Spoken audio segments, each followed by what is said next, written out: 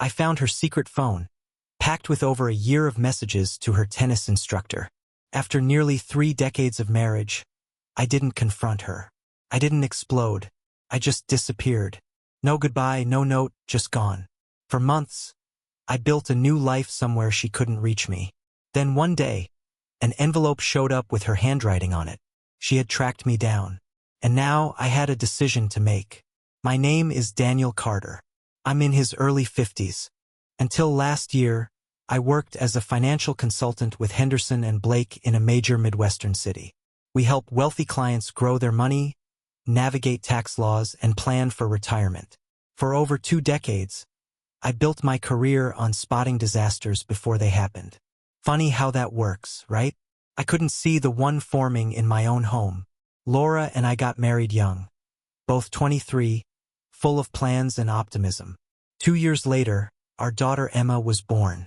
We built what I honestly believed was the perfect life. A Tudor-style house in a quiet suburban neighborhood, summers in the coast, Emma graduating from a top university. I worked long hours, but I told myself it was all for them, for us, for our future. At least that's what I kept saying. Things started to shift around their milestone anniversary. I had just landed the Bishop account, a family worth over tens of millions who needed a full portfolio overhaul. For 3 months, I basically lived at the office.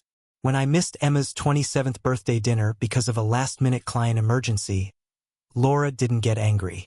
That almost made it worse. She just looked at me with this empty, distant expression and said, "I expected nothing less." I tried to fix it in the ways I knew how. A surprise weekend in the city for Laura. An expensive watch for Emma. But gifts don't replace presents. And deep down, I knew that. Still, I kept telling myself I'd make more time. After the Bishop project, after the Henderson promotion, after tax season. Always after. Meanwhile, Laura filled her time. A book club, tennis lessons, volunteering at the art museum. All good things, healthy things. I told myself I was glad she had her own interests. I never stopped to ask why she suddenly needed so many reasons to be away from home. Then last April, I came home early for once.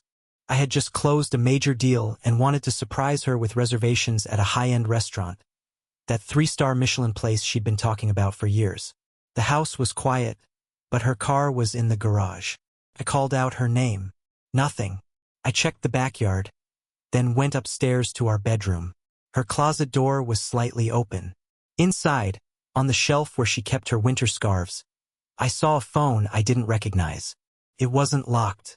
The messages went back a year and a half. His name was Mark Sullivan, her tennis instructor. The most recent message was from that morning. Asterisk, I can't stop thinking about last night. It meant a lot to me. Asterisk. I just stood there, staring at that screen, like the air had been knocked out of me. 29 years of marriage. 29 years of believing we had built something solid, something unbreakable. And in that moment, it all shattered. I didn't confront her. Couldn't. Something inside me just shut off. I put the phone back exactly where I found it, went downstairs and sat in my car in the garage for almost an hour. When she finally came home, carrying grocery bags and humming like it was any normal day, I helped her unpack like nothing had happened. "You're home early," she said, a flicker of surprise in her voice. "Closed the Wilkerson deal ahead of schedule," I said, keeping my tone even as I stacked cans in the pantry. "That's great," she replied, smiling, but it didn't reach her eyes. "I'm making salmon for dinner." We sat across from each other at the kitchen island, just like we had thousands of times before. She talked about her day at the museum, mentioned a new exhibit coming in early summer. I nodded, asked the right questions, played my part, while a single thought kept circling in my head. Asterisk, was she with him before she came home? Asterisk. After dinner, I told her I needed to go for a drive to clear my head. Something about work. She barely looked up from the dishwasher. "Don't stay out too late," she said casually, like my schedule mattered. I drove with no destination. Past the elementary school where Emma used to play soccer. Past the park where I taught her how to ride a bike. Every corner held a memory, nearly 3 decades worth. Eventually, I ended up by the lake, watching the waves slam against the shore in the dark. Then my phone started to vibrate. A text came through from Laura, asking when I'd be home. The irony didn't miss me. That's when it hit clear as the stars over the lake. I needed to disappear. Not in some dramatic or vindictive way. Just leave. I couldn't sit there and listen to her excuses or watch her cry. Those hollow tears that didn't feel real. I couldn't handle the idea of couples therapy, pretending this was something we could fix. I disappeared after her affair. At the time, I had no plan to ever come back. At least not until she tracked me down months later. But that night, sitting in my car with the lake stretched out in front of me, I had no reason to think she'd ever find me. Truth is, I wasn't even sure I wanted to be found. I drove to an ATM and pulled out $3,000, the daily limit. Then I checked into a roadside motel just outside the city, paying cash. The room smelled like cheap detergent mixed with old smoke, but it was clean enough. I sat on the edge of the bed and called Emma. "Dad?" She answered, sounding caught off guard. "Everything okay? It's pretty late." "Everything's fine, sweetheart," I said, lying through my teeth, trying to keep my voice steady. "Listen, I might be out of touch for a few days. Work project. Don't worry if you can't reach me." "That's weird timing," Emma said. "Mom just texted asking if I'd heard from you." "I'll call her," I told her. "I just wanted to say I love you." "Love you too, Dad," she said, but I could hear the confusion in her voice. After that, I turned my phone off. I couldn't deal with Laura's calls or messages. Not yet. Maybe not ever. That night, I barely slept. Every time I closed my eyes, I saw those messages, pictured them together. By morning, my decision was locked in. I wasn't going back. A man can only take so much betrayal before something inside him just gives out. I was done. I'd start over somewhere new, somewhere she'd never think to look. I had disappeared.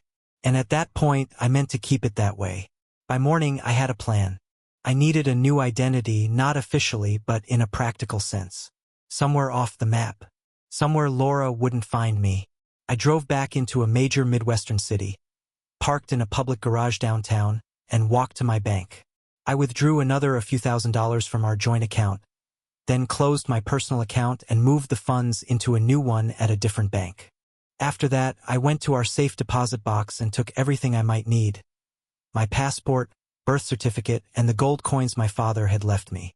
"Going somewhere special, Mr. Harris?" the bank manager asked with a polite smile. "Just getting my affairs in order," I said, forcing one back. Next stop was my lawyer, David Parker, a man I'd trusted for decades. "Warren, you look terrible," Arthur said the second I walked in. "What happened?" "Laura's been having an affair," I said flatly. "I'm leaving." His expression dropped. "I'm sorry. Have you confronted her?" "No," I said firmly.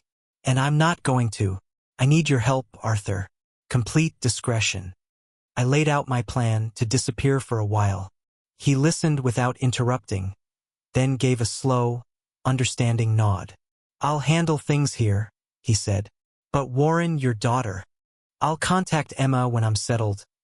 I cut in. "She doesn't need to be pulled into this." "And Laura?" he asked carefully. "Tell her nothing," I said. "If she wants a divorce, she can file. I'll sign whatever's needed." I left him power of attorney and instructions to manage everything. He agreed to forward anything important to a P.O. box I planned to set up. That afternoon, I checked into another hotel under a different name and bought a prepaid phone. I called Emma one more time. "Dad, Mom's worried sick," she said right away. "What's going on?" "I know about Mark Sullivan," I told her quietly. Silence stretched between us. "You know?" she finally said, barely above a whisper. "How long?" "Found out yesterday," I said. Then I paused. "You knew?" "For about a month," Emma admitted, her voice breaking. "I saw them together at a restaurant. Mom said it was just a friendship, but I'm not an idiot." "I need some time away," I said. "I'll call when I can." "Are you okay?" she asked. "No," I answered honestly. but I will be. After I hung up, I sat there on the edge of that hotel bed and felt something I didn't expect. Relief. The decision was made. No more pretending. No more trying to hold together something that was already past repair. The next morning, I got on a Greyhound bus heading west. As the major Midwestern city skyline faded into the distance, I didn't look back. 29 years of memories stayed behind as I stepped forward into whatever was waiting next. 3 days and 4 bus transfers later, I finally made it to a city on the West Coast. I picked it almost at random, a place Laura and I had never gone, with a climate that couldn't be more different from a major Midwestern city. The steady drizzle felt like it matched exactly where I was inside as I checked into a modest extended-stay hotel. For 2 weeks, I barely left my room unless I absolutely had to. I let a beard grow in, something Laura had always hated. I started buying clothes from thrift stores, flannel shirts and work boots that the old version of me would have never even looked at. Somewhere along the way, I turned into someone else. When I finally stepped out of that cocoon of grief, I started exploring the city. One rainy afternoon, I wandered into the local botanical garden. The thick greenery and quiet paths eased something in me that had been rough and raw for too long. "First time here?" An older man asked, noticing me studying a Japanese maple. "First time anywhere in a long time," I said, and I meant it. He introduced himself as Robert Thornton. He told me he and his wife, Margaret, owned a large estate just outside the city and were looking for a gardener. "Do you know anything about plants?" Harold asked. "Only that they don't lie or cheat," I said, a little sharper than I meant to. Harold let out a soft chuckle. "Fair enough. Ever worked with your hands?" "Not professionally," I admitted. "Professional experience is overrated," he said. "I need someone who can see beauty and isn't afraid of hard work. The cottage on our property comes with the job." "I'm not a charity case," I said, firm. "Good," Harold shot back. "Because I'm not offering charity. I'm offering fair pay for honest work. Think it over." He handed me a card with an address and phone number, then went back to his walk like nothing had happened. That night, I called. A week later, I moved into the gardener's cottage on the Thornon estate, a stone place with weathered wooden beams and windows facing east to catch the morning light.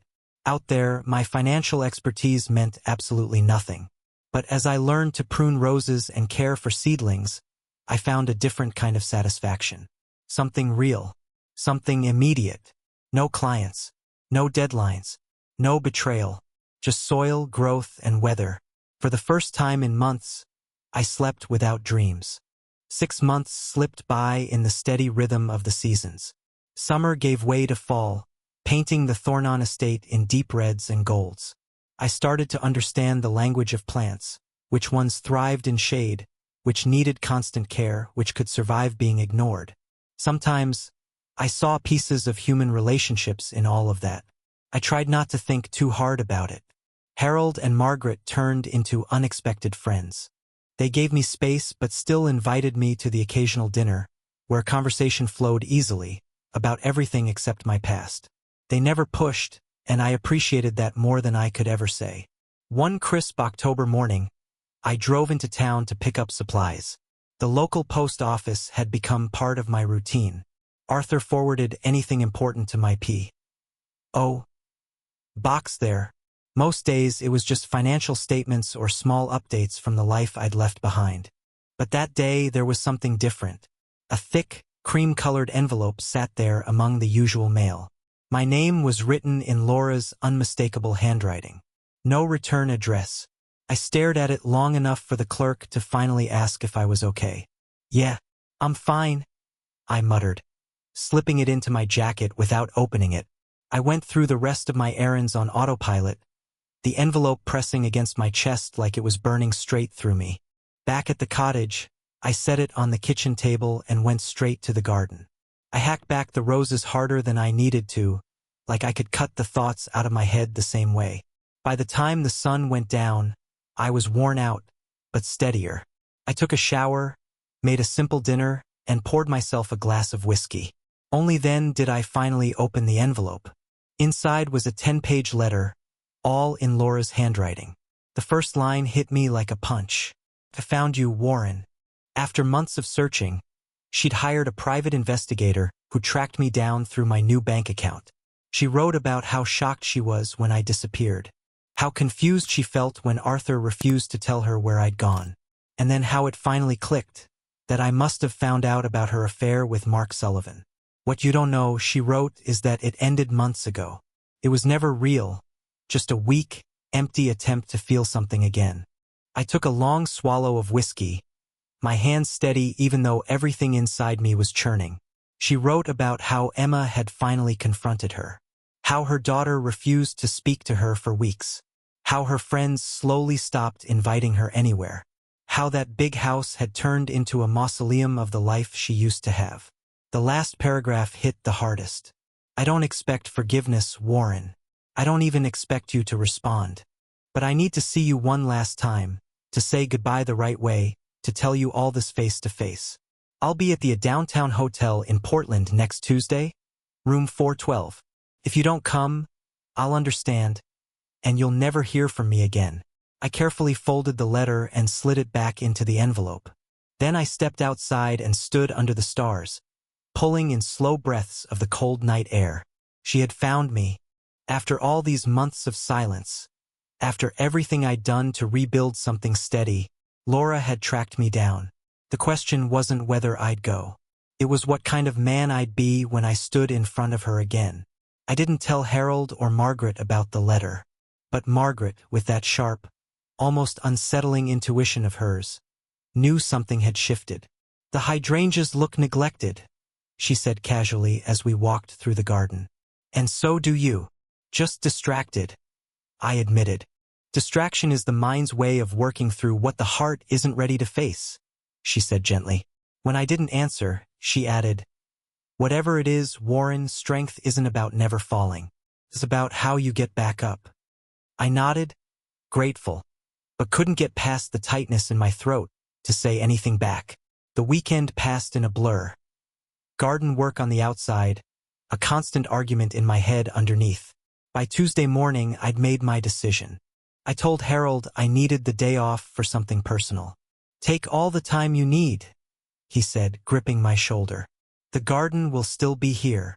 I drove into downtown Portland with the windows down, letting the sharp autumn air cut through the fog in my head. The downtown hotel stood there, glass and steel, overlooking the river. I parked in the garage and sat in my truck for almost 20 minutes, just trying to gather myself. Right at noon, I knocked on the door to room 412. It opened right away. Laura stood there. She looked different than I remembered, thinner, streaks of gray in her hair she used to hide. Her eyes widened when she saw me. My beard, the lines in my face, the where I didn't bother hiding anymore. Warren, she said quietly, stepping aside so I could come in. The room was standard, king bed, desk, 2 chairs by the window. Her suitcase sat neatly in the corner, and her familiar perfume lingered faintly in the air. You look, she started. Different, I finished for her. Yeah, you do too. An awkward silence settled between us. Thank you for coming, she said finally, motioning toward the chairs. I wasn't sure you would. I sat down, keeping my back straight, hands resting on my knees. Your letter didn't leave me much choice. I'm sorry, she said quickly. Not just for finding you, for everything. Why did you look for me? I asked, cutting straight to it. We both know our marriage was over the second I saw those messages. Her composure cracked a little. Because you disappeared without a word, she said. After 29 years, I deserved at least a goodbye. And I deserved faithfulness, I replied, my voice steady. We don't always get what we deserve. She flinched like I'd hit her. You're right, she said softly. I needed to explain. You explained in your letter. I cut in. Mark Sullivan was a distraction. You were bored, lonely. I wasn't around enough. I've heard it all before, Laura, just never about us. Her eyes filled with tears. Is that really what you think? She asked. That I'm just making excuses? Aren't you? No, she said firmly. I'm taking responsibility. What I did was unforgivable. I destroyed something real because I was weak and selfish. The honesty in her voice threw me off. This wasn't how I'd imagined this conversation going. I'm not here for apologies, I said, watching her closely. I'm here because walking away didn't fix anything. We need closure. She nodded, pulling herself together. Emma won't speak to me, she said quietly. She says she'll never forgive me for driving you away. I'll talk to her, I said. She shouldn't carry that. What I did was my choice. That's generous, Laura said, a little surprised. It's not generosity, I told her. I took a long swallow of whiskey, my hands steady even though everything inside me was churning. She wrote about how Emma had finally confronted her, how her daughter refused to speak to her for weeks, how her friends slowly stopped inviting her anywhere, how that big house had turned into a mausoleum of the life she used to have. The last paragraph hit the hardest. I don't expect forgiveness, Warren. I don't even expect you to respond. But I need to see you one last time, to say goodbye the right way, to tell you all this face to face.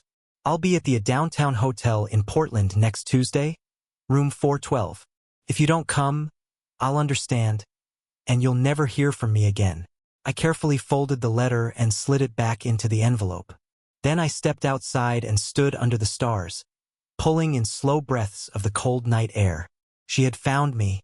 After all these months of silence, after everything I'd done to rebuild something steady, Laura had tracked me down. The question wasn't whether I'd go. It was what kind of man I'd be when I stood in front of her again. I didn't tell Harold or Margaret about the letter. But Margaret, with that sharp, almost unsettling intuition of hers, knew something had shifted. The hydrangeas look neglected, she said casually as we walked through the garden. And so do you. Just distracted, I admitted. Distraction is the mind's way of working through what the heart isn't ready to face, she said gently. When I didn't answer, she added, whatever it is, Warren, strength isn't about never falling. It's about how you get back up. I nodded, grateful, but couldn't get past the tightness in my throat to say anything back. The weekend passed in a blur. Garden work on the outside, a constant argument in my head underneath.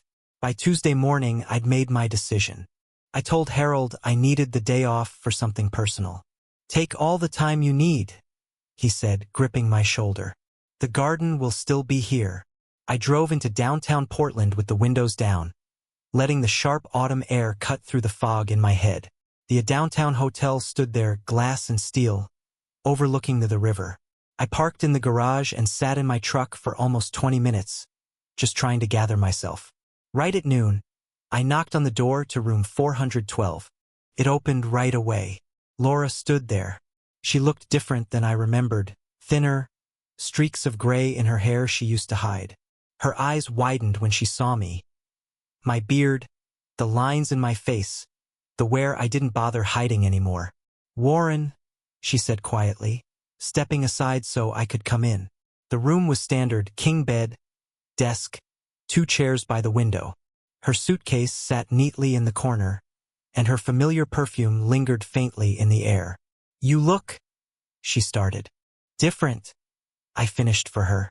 Yeah, you do too. An awkward silence settled between us. Thank you for coming, she said finally, motioning toward the chairs. I wasn't sure you would. I sat down, keeping my back straight, hands resting on my knees. Your letter didn't leave me much choice. I'm sorry, she said quickly. Not just for finding you, for everything. Why did you look for me? I asked, cutting straight to it. We both know our marriage was over the second I saw those messages. Her composure cracked a little. Because you disappeared without a word, she said. After 29 years, I deserved at least a goodbye. And I deserved faithfulness, I replied, my voice steady. We don't always get what we deserve. She flinched like I'd hit her. You're right, she said softly. I needed to explain. You explained in your letter. I cut in. Mark Sullivan was a distraction. You were bored, lonely. I wasn't around enough. I've heard it all before, Laura, just never about us. Her eyes filled with tears. Is that really what you think? She asked. That I'm just making excuses? Aren't you? No, she said firmly. I'm taking responsibility. What I did was unforgivable. I destroyed something real because I was weak and selfish. The honesty in her voice threw me off. This wasn't how I'd imagined this conversation going. I'm not here for apologies, I said, watching her closely. I'm here because walking away didn't fix anything. We need closure. She nodded, pulling herself together. Emma won't speak to me, she said quietly. She says she'll never forgive me for driving you away. I'll talk to her, I said. She shouldn't carry that. What I did was my choice. That's generous, Laura said, a little surprised. It's not generosity, I told her. It's the truth. You made your choices and I made mine. A heavy silence settled between us. 29 years of shared history, cut down to awkward pauses and careful words. Are you happy here? Laura finally asked. Working as a gardener? From anyone else, the question might have sounded condescending, but her voice carried real curiosity. I am, I answered honestly. There's something real about watching things grow because of your effort. No office politics, no client demands, just soil, plants, and weather. And the thorns? She asked. Arthur mentioned them when my investigator finally got him to talk. Good people, I said simply. They gave me space when I needed it most. Laura nodded, then reached into her purse and pulled out a large envelope. I've had divorce papers drawn up, she said, setting them on the coffee table between us. Everything split equally. The house is already on the market. I stared at the envelope, my emotions turning under the calm I was trying to hold on to. The official end of nearly 3 decades together, boiled down to legal papers and signatures. You're not contesting anything? I asked. Why would I? Laura replied. I'm the one who broke our vows, Warren. I'm not going to make that worse by fighting over assets. Her accountability caught me off guard again. This wasn't the defensive reaction I'd been bracing for. There's one more thing, Laura said, pulling out a smaller envelope. Emma is getting married in early summer. In spite of everything, she wants you to walk her down the aisle. My throat tightened. She's engaged? To who? Christopher Matthews. They've been together about a year. You'd like him. He's an architect, steady, and he treats her well. The realization hit me hard. I'd missed my daughter's relationship. Life had kept moving without me. You should be there too, I said after a moment. No matter what happened between us, she still needs her mother. Laura's eyes filled with tears. I've tried telling her that. Maybe she'll listen to you. I nodded, making a mental note to call Emma as soon as I could. Some bridges couldn't be burned, no matter how painful it was to cross them. As the conversation wound down, I found myself studying Laura's face, the familiar lines around her eyes, the way she tucked her hair behind her ear when she felt unsure. I used to love those little details. Now they belonged to a chapter of my life that was coming to an end. I should go, I said, standing and picking up the envelope with the divorce papers. Laura stood too, keeping a careful distance. I'm sorry, Warren, not just for the affair, but for taking so long to become the kind of person who could admit it was completely my fault. I nodded once, accepting her words without giving forgiveness that wasn't mine to offer yet. As I turned to leave, I stopped at the door. Be well, Laura, I said quietly. It was the most genuine thing I could give her. Spring came to the Thornton estate in a rush of color. Tulips and daffodils I'd planted the previous fall pushed through the soil toward the sunlight. There was a metaphor in that persistence, and I didn't miss it. True to my word, I called Emma the day after I met with Laura. We talked for nearly 2 hours about her engagement, her work at the environmental law firm, and finally about her mother. She deeply damaged everything? Emma said, the anger clear in her voice. No, I corrected gently. She damaged our marriage. But you're not collateral damage, Emma. Don't throw away your relationship with your mother because of what happened between us. How can you be this calm about it? Emma asked. Because holding on to anger was killing me, I admitted. I left to find peace, not to punish her. After some convincing, Emma agreed to call her mother. It wasn't forgiveness, not yet, but it was a beginning. 2 weeks later, Harold found me pruning the rose garden. Margaret's birthday dinner is tonight, he reminded me. We're expecting you at 7, and we've got another guest I'd like you to meet. I'd almost forgotten. I'll be there, I promised. That evening, I showered and changed into the one decent outfit I owned.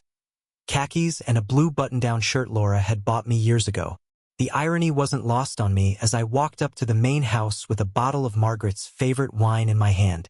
The Thorntons' home was a gracious Victorian, with wraparound porches and large windows glowing warmly against the gathering dusk. Margaret greeted me with her usual warmth. "Warren, you clean up nice," she said with a smile. "Come meet our guest." In the living room, a woman stood by the bookshelves, looking them over, tall with dark hair streaked with silver and twisted into a simple knot. She turned when we walked in, and I saw intelligent eyes and an easy smile. She wore a plain black dress that suggested elegance instead of showiness.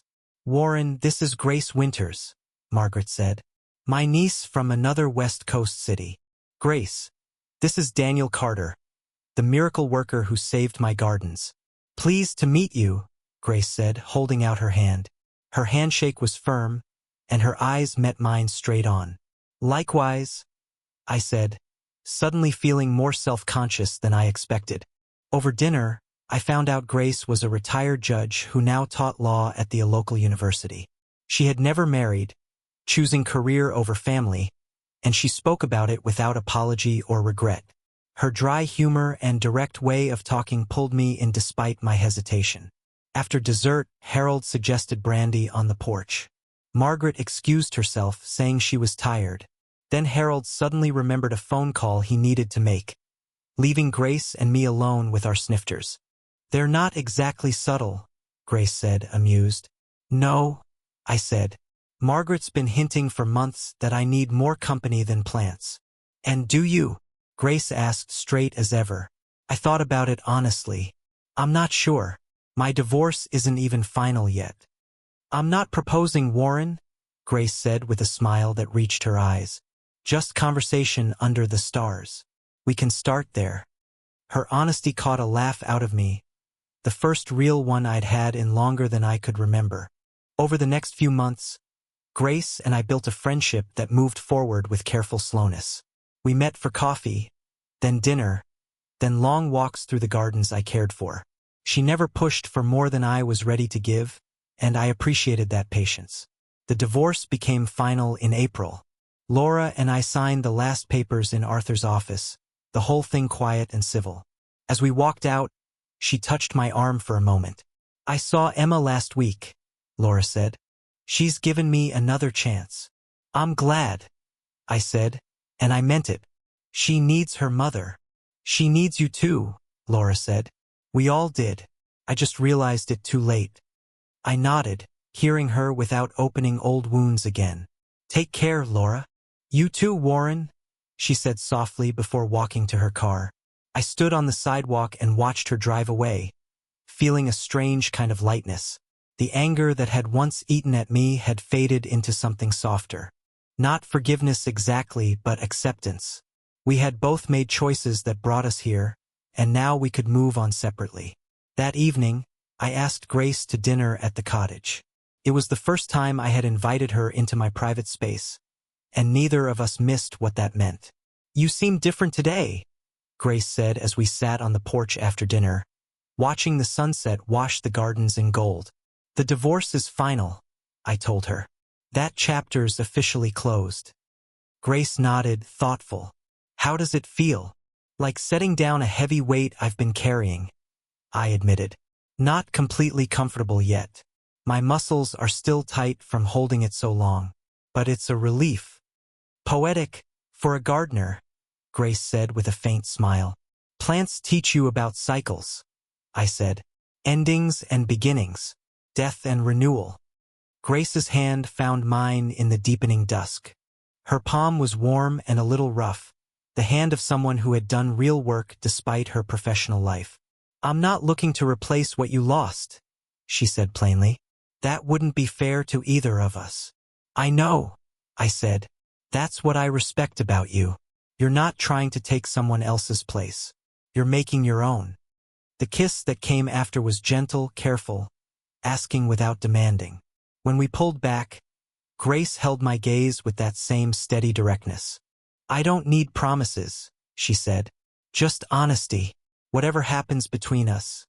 Can you give me that?" "Yes," I said without hesitation. "That I can promise." Later, as I walked her to her car, Grace turned and looked back at the cottage and gardens glowing under the moonlight. "You've built something beautiful here, Warren." Looking at it all around me, the neat beds, the healthy plants, the quiet cottage, I realized she was right. From the ashes of my old life, I had created something worth protecting. "Thank you," I said, meaning it on more than one level, for seeing that. As her taillights disappeared down the driveway, I stood in the quiet garden, listening to the night sounds and, for the first time in longer than I could remember, feeling genuinely hopeful about tomorrow. Early summer arrived with perfect weather for Emma's wedding day. I stood in the church anteroom, adjusting my tie, emotions stirring beneath my calm exterior. In a few moments, I would walk my daughter down the aisle, a role I had once been afraid I'd never get to play. The door opened, and Emma stepped in wearing her wedding gown, radiant and composed. She stopped when she saw me. "Dad," she said softly. "You look beautiful," I replied, my voice rough with emotion. "Your mother will be proud." Her smile faltered just a little. "Is it strange, having both of you here after everything?" "No," I assured her. "Today isn't about us. It's about you and Christopher and your future." I held out my arm, and she took it, squeezing it gratefully. "I'm so glad you came back," she whispered. "When you disappeared after Mom's affair, I was afraid we'd lost you forever." "Never," I said. "I just needed some time away. But you're my daughter, nothing changes that." The ceremony passed in a blur of music, vows, and flowers. Laura sat in the front row, her eyes bright with tears. We exchanged polite nods but kept a respectful distance. The weight of our past was still there, but it no longer threatened to take over the present. At the reception, I danced with Emma, holding onto the moment. As the song ended, she kissed my cheek. "I invited Grace," she whispered. "Hope that's okay." Before I could answer, she was swept away by her new husband. I turned and saw Grace standing at the edge of the dance floor in a simple blue dress, looking slightly uncertain, a rare look for her. "You came," I said, walking toward her. "Your daughter called me herself," Grace replied with a small smile. "Very persuasive. She takes after her father." "I'll take that," I said, offering my hand. "Dance with me." As we moved across the floor, I noticed Laura watching us. She lifted her champagne glass in a quiet salute. After a brief pause, I nodded back. Some wounds would never fully heal, but they no longer needed to define us. After the reception, Grace and I walked through the hotel gardens, my hand resting easily in hers. "Emma invited me to Thanksgiving," Grace said casually. "Too soon?" "No," I replied after thinking it through. "It feels right." Grace stopped and turned to face me. "Warren, I need to ask you something. Are you still running from your past? Or are you ready to build a future?" The directness of her question, so very Grace, called for the same honesty. "When I left after discovering the affair, I never planned to return to my old life," I said slowly. "Even when Laura found me, I kept my distance." I paused, then continued. "But now I see it differently. I'm not running anymore. I'm choosing every day to move forward."